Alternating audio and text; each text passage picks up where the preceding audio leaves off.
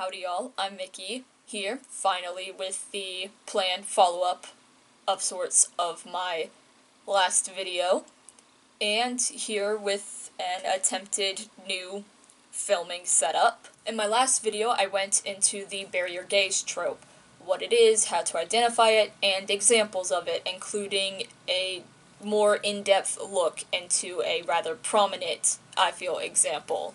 And now, in this video, I want to focus on this trope and how it relates to a specific piece of media. And I want to talk about this because I have seen threads or comments on this discourse or the potential of discourse related to this trope and this media, not in my close sphere, but just outside of it, almost like seeing a storm raging down in the distance, but you know it's getting closer.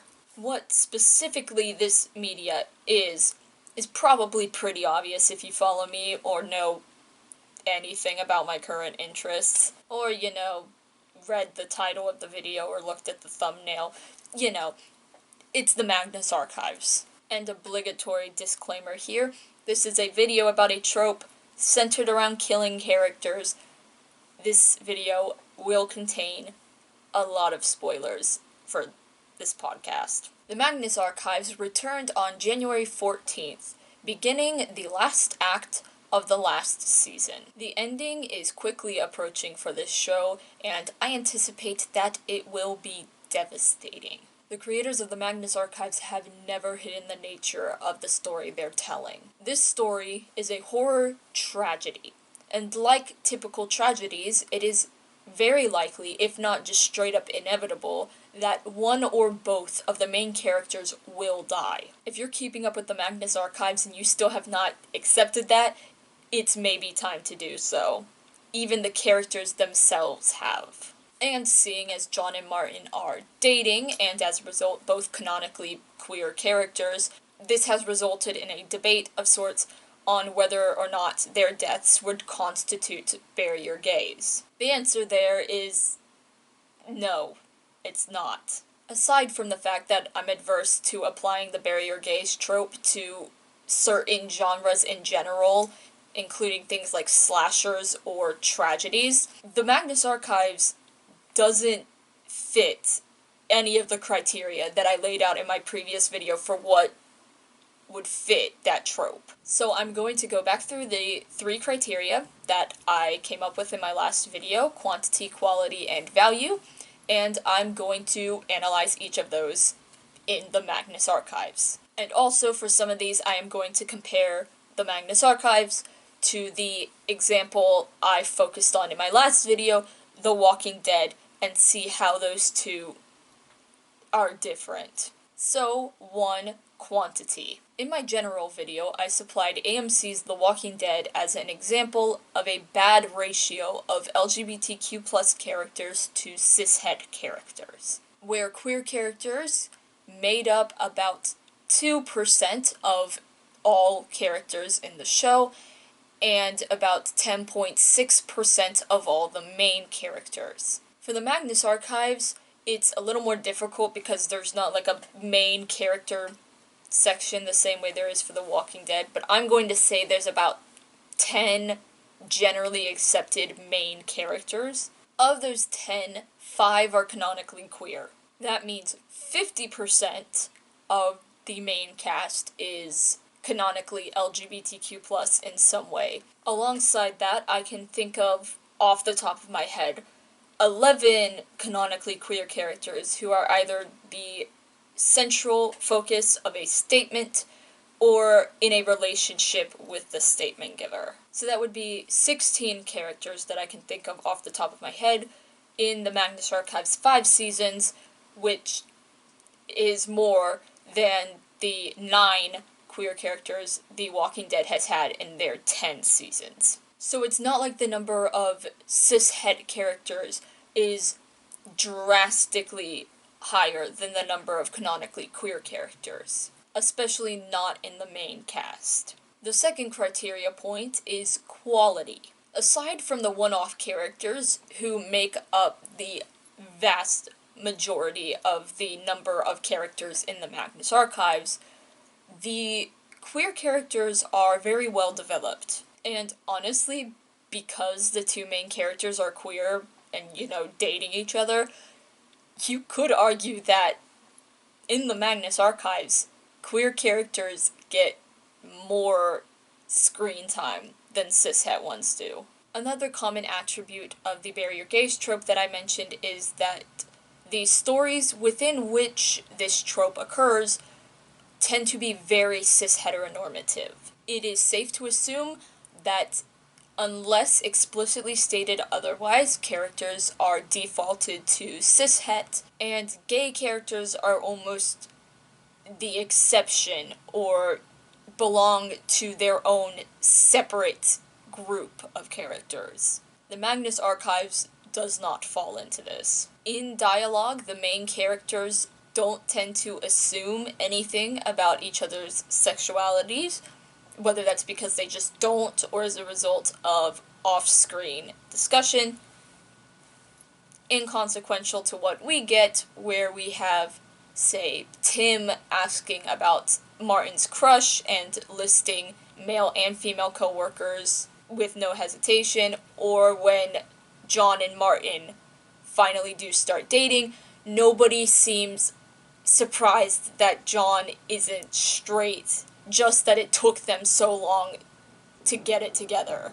Also, the way the Magnus Archives works, interpreting characters without canon sexualities or relationships as queer doesn't come across as incorrect or as not fitting within canon. Like, you could headcanon Steve Rogers as bisexual, but the writers and creators of the MCU were not entertaining that possibility within canon. No matter how much tension it may have seemed like he had with his buddies Bucky or Tony, the creators of this character were clearly writing a cishet Captain America. And again, the Magnus Archives does not feel that way. You see Jonah and Peter as having been a couple. I mean, it makes sense. Peter died rather than giving away Jonah's plans, and Jonah's definitely queer-coded with all those love letters from the 19th century. You see Basira as a lesbian, Sasha as aro, Michael as non-binary.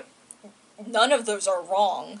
The overall writing and context of the show doesn't push listeners to assume characters are cishet unless explicitly stated otherwise. Queer characters are just characters, not set up as deviations from the rest.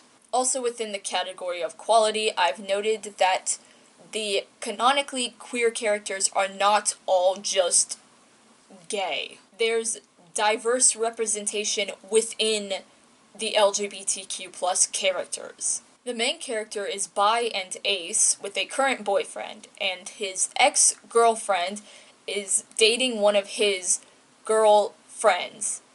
And another main character was openly bi as well. Some of the statements also contain explicitly trans and non-binary characters. And the last little point I have for this one here is that the characters are not punished for being queer. No one dies immediately after coming out or immediately after their love confession. There aren't statements of people being targeted by the supernatural because they're not straight or not cis or anything. Everybody is attacked by the horrible magic equally. And the third criteria point that I focused on for barrier gaze trope is value. And this point is centered around the question of whether the death makes sense within the context of the story and has its own value, or if it comes completely out of left field and is primarily or solely for shock value. First off, it'd be really hard to say that John and or Martin dying is shocking. There have been multiple episodes where John and Martin have had discussions either with each other or with other people where they have mentioned their own upcoming deaths. Again, the characters are realizing that the only way for everyone else to be okay may be at the cost of their lives. They've both discussed the potential of approaching their own deaths here. This is not coming out of nowhere. And the value of their deaths. If they die, it is going to be literally to save the world. Like, the whole world. Like 7 billion people who are trapped in fearscapes.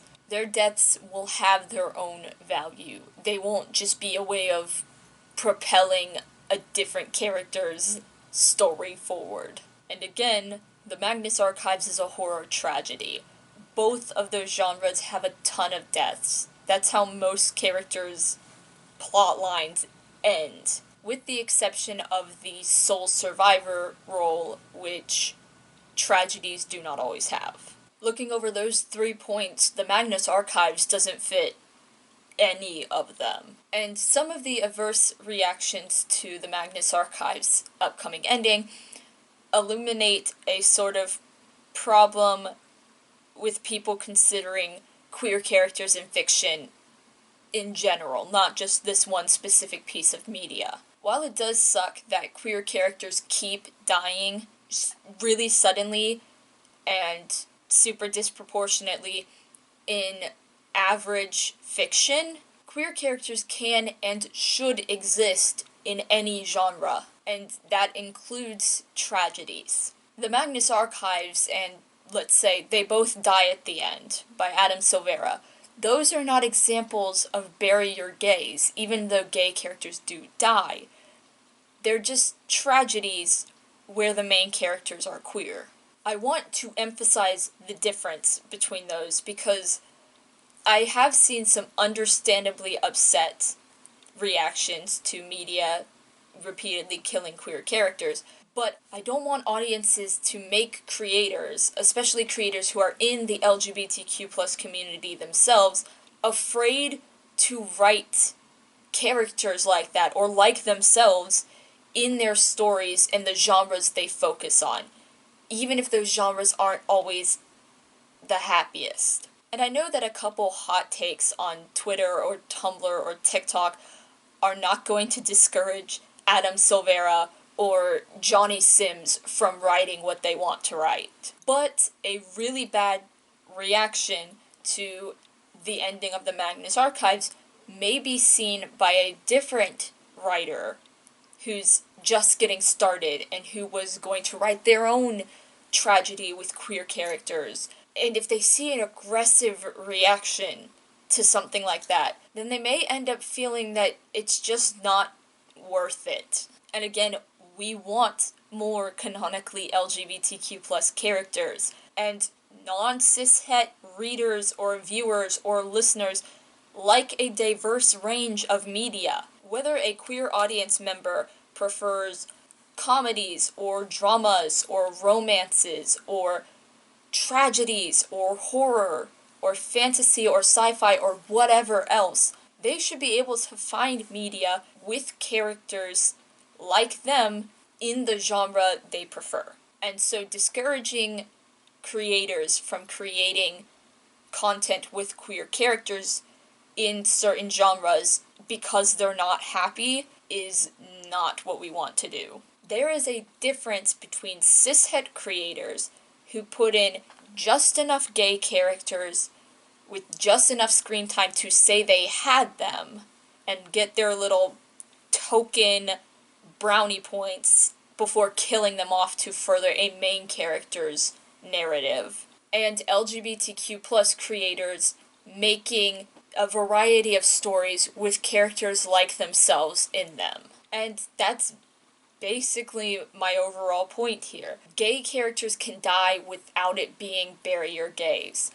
Tragedies can contain queer characters without playing into problematic tropes. Queer audience members, like myself, for example, want to be able to consume a bunch of different kinds of stories with queer characters, and sometimes that includes ones with not so happy endings. These last couple Magnus Archives episodes have ended on some sad notes, and I know that it's only going to get sadder as it progresses, but even so, I still look forward to the ending. I can only imagine how it will break my heart, but we won't know for sure how it will until it's finally here. For now, this is it. Ciao.